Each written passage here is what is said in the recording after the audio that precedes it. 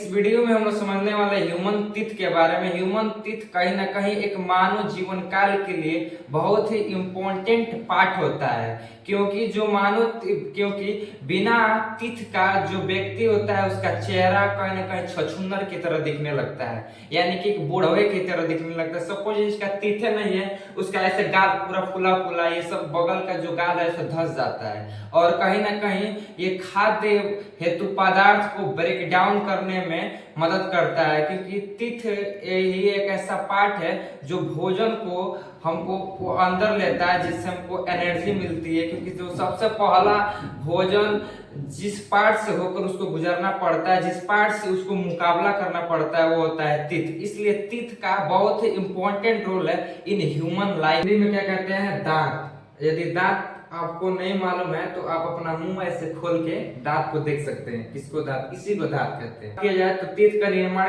किससे मिलकर होता है? तो हार्ड टिश्यू से मिलकर। टिश्यू क्या होता है? Group of cell. सेल क्या होता है? तो इसके ऊपर मैंने ऑलरेडी एक वीडियो बना दिया है। सेल जो होता है मानव शरीर का basic and structure fundamental unit of life होता है। नेक्स्ट देख लेते हैं अध्ययन। यदि टीथ के बारे में हमको डीपली अध्ययन करना होगा तो कौन सी पढ़ाई करनी पड़ेगी? जिसको कहते हैं ओडोंटोलॉजी। आप कभी भी डेंटिस्ट के पास जाइएगा तो वो एक बाहर बोर्ड लगाया रहता है जिसपे लिखा रहता है ओडोंटोलॉजी। इसका मतलब आप समझ लीजिएगा कि वो टीथ का ही डॉक्टर है। नेक्स्ट देख लेते हैं क्षति, यानी कि वह कौन सी चीज है, वह कौन सी केमिकल है जिससे दांत को बहुत ज्यादा नुकसान पहुंचता है। बेसिकली हम ये तो जानते हैं कि मीठी चीजों से ज्यादा दांत को नुकसान पहुंचता है, लेकिन सबसे ज्यादा जो दांत को नुकसान पहुंचता है वो है फ्लोरीन। फ्लोरीन से दांत को सबसे ज्यादा नुकसान पहुंचता है। फ्लोरीन का नाम सुनते ही जो दांत होते हैं ना, इसके पापा दादा सब कांपने लगते हैं, खौफ बैठ जाता है फ्लोरीन का नाम सुनते ही। फ्लोरीन को देखते ही ये सब क्या होते हैं? 9 2 11 होने लगते हैं, लेकिन मजबूरन में क्या करें, ह्यूमन करता है, समझ रहे हैं। नेक्स्ट जो है बाहरी भाग। देखिए दांत का भी, एक दांत को ले जाए तो उसमें भी 2 भाग होते हैं। एक होता है इनेमल, एक होता है डेंटाइल, जिसको ही हम लोग क्या कहते हैं? टूथ इनेमल या टूथ डेंटाइल। देखिएगा टूथ अतीत दो भाषा है। टीथ क्या होता है? उसका प्लूरल फॉर्म होता है। टूथ जो होता है उसका सिंगुलर फॉर्म है, ये कभी मत भूलिएगा। जो दांत का यहाँ पे मैं इस शेप में आप देख सकते हैं, जो दांत का मैंने ये भाग बनाया है, जो ये बाहरी भाग है उसी को कहते हैं टूथ इनेमल। इसी बाहरी भाग के अंदर एक और भाग पाया जाता है जिसको डेंटाइल कहते हैं। वही यहाँ पे मैंने लिखा है बाहरी भाग, जिसको इनेमल कहते हैं, जो किससे मिलकर बना होता है? कैल्शियम एपेटाइट से मिलकर बना होता है। जो आंतरिक भाग होता है उसको कहते हैं डेंटाइन, जो कि किससे मिलकर बना होता है? कैल्शियम फास्फेट से। कैल्शियम फास्फेट क्या होता है? माचिस के तीलियों पर आप लोग जो बुरादा देखे होंगे जब आग लगाते होंगे, वो कैल्शियम फास्फेट से मिलकर बनता है। देखिए दांत भी 2 प्रकार के पाए जाते हैं। एक होता है मिल्क टीथ, एक होता है परमानेंट टीथ। मिल्क टीथ मतलब दूध के दांत, जो कि हम लोग जब से जन्म लेते हैं और 12 साल के बीच तक ये टूटते हैं और जमते हैं, इन्हीं को हम लोग क्या कहते हैं? मिल्क टीथ, यानी कि दूध का दांत। ये संख्या में 20 होते हैं। मिल्क टीथ के बाद जो टीथ आता है उसको कहते हैं परमानेंट टीथ। वो अब जल्दी टूटते नहीं है, बेसिकली वो रेयर केस में सड़ते हैं, लेकिन वो किस केस में आते हैं? परमानेंट टीथ में। देखिए यहाँ पे क्वेश्चन पूछता है कि मानव के जीवन काल में कितने टीथ पाए जाते हैं, तो उसमें वो परमानेंट और मिल्क टीथ दोनों इंक्लूड हो जाएंगे। तो उनकी संख्या कितनी हो जाएगी? मिल्क टीथ की संख्या है 20 और परमानेंट टीथ की संख्या है 32, यानी कि दोनों को ऐड कर देंगे तो 52। तो हमेशा आप याद रखिएगा कि मानव के जीवन काल में टूटने और जमने वाले दांतों की जो संख्या होती है वो 52 होती है। नेक्स्ट देख लेते हैं टाइप्स ऑफ टीथ। दांत के भी बेसिकली 4 प्रकार के होते हैं, जिसमें से पहला जो है इंसिजर, जिसको हिंदी में कहते हैं कृंतक। इंसिजर नाम से ही पता चलता है, सीजर मतलब इन और सीजर से मिलकर बना है। मतलब होता है अंदर और सीजर मतलब होता है कैंची, यानी कि जो काटता है उसको कहते हैं कैंची। जैसे कि इसका काम होता है भोजन को ये क्या करता है? काटता है। भोजन जैसे या तुरंत खाता है, कहता है इंसिजर जल्दी चालू हो और इसको काटना चालू कर, ताकि तभी अंदर भोजन जाएगा और छोटे छोटे पार्ट में टूटेगा और वो ब्रेक डाउन होगा। तो जो बेसिकली जो इंसीजर का काम होता है वो भोजन को या किसी भी काटने हेतु पदार्थ को ये क्या करता है, काटता है। इसको नोज टीथ इसलिए कहते हैं क्योंकि ये ठीक नाक के सामने पाया जाता है और ये संख्या में चार होता है। दो अपर मतलब 4 अपर जामे और 4 लोअर जामे, यानी कि 2 से गुणा कर देंगे 4 में तो क्या है, टोटल इसकी संख्या हो जाएगी 1। नेक्स्ट इसी का टाइप होता है कैनाइन। कैनाइन को हिंदी में कहते हैं रदनक, जो कि क्या करता है, भोजन को फाड़ता है। ये मांसाहारी में आपको ज्यादातर ये जो मांसाहारी जानवर होते हैं जैसे कि जैकाल, सियार, उसके बाद से ये लायन, चीता,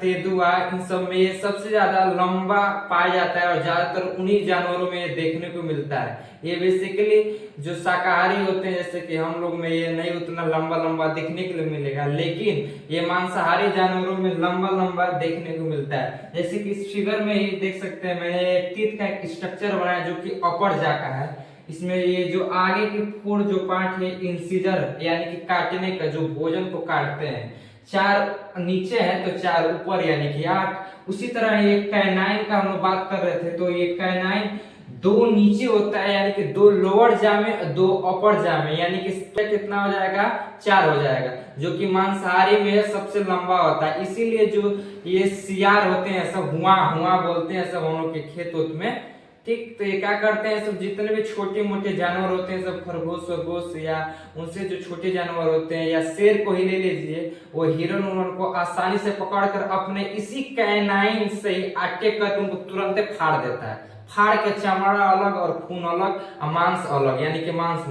इसीलिए मांसाहारी जो जीव होते हैं उन सब में ये कैनाइन टीथ लंबा होता है। और इसका भी एक दूसरा निक नेम है, यानी कि इस भी टीथ को एक दूसरे नेम से जाना जाता है जिसको कहते हैं आई टीथ, क्योंकि यह जो टीथ होता है ठीक आंख के नीचे पाया जाता है। जो आंख के ठीक समांटी में यानी नीचे पाया जाएगा उस टीथ को कहते हैं कैनाइन।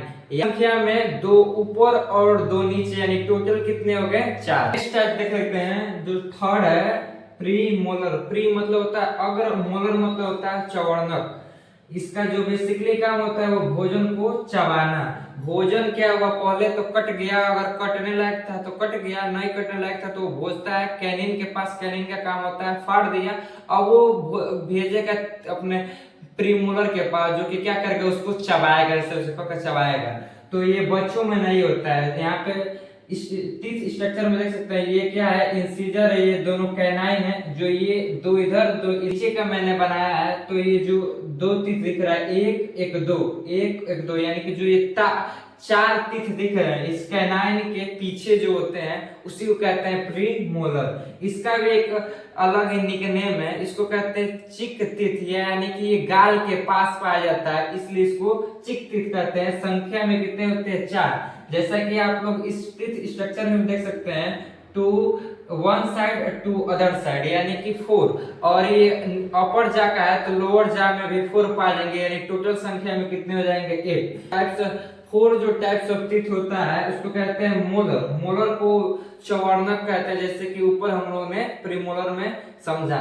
तो इसका भी बेसिकली काम होता है भोजन को चबाना, जो इस बंदे के मान का नहीं होता है, जो प्रीमोलर जो नहीं चबा पाता है। बेसिकली आप ये उन लोगों को देखेंगे जो गुटखा दिन भर से इसी मोलर में रख लेते हैं, लंबा लंबा चक्कर चक्कर होता है और वो चबाते रहते हैं, तो वो यही मोलर होता है। मोलर का काम होता है चबाना, जो प्रीमोलर के बस का बात नहीं था। जो इसमें एक याद रखने वाली बात है, ये थर्ड मोलर बच्चों में नहीं होता है। जैसे कि ये क्या हुआ, फर्स्ट मोलर, सेकंड मोलर, ये थर्ड मोलर, यही जो थर्ड मोलर होता है ये बच्चों में नहीं होता है। एक बात और इसमें याद रखिएगा, जो प्रीमोलर जो होता है ये साफ बच्चों में पाया ही नहीं जाता है। यानी कि हम आपको 2 बात याद रखना है, जो प्रीमोलर होता है वो बच्चों में पाया नहीं जाता है, और मोलर में भी जो थर्ड मोलर होता है वो भी बच्चों में नहीं पाया जाता है। मोलर है, इसका भी एक निक नेम है जिसको कहते हैं विजडम टीथ, यानी अक्ल का दांत।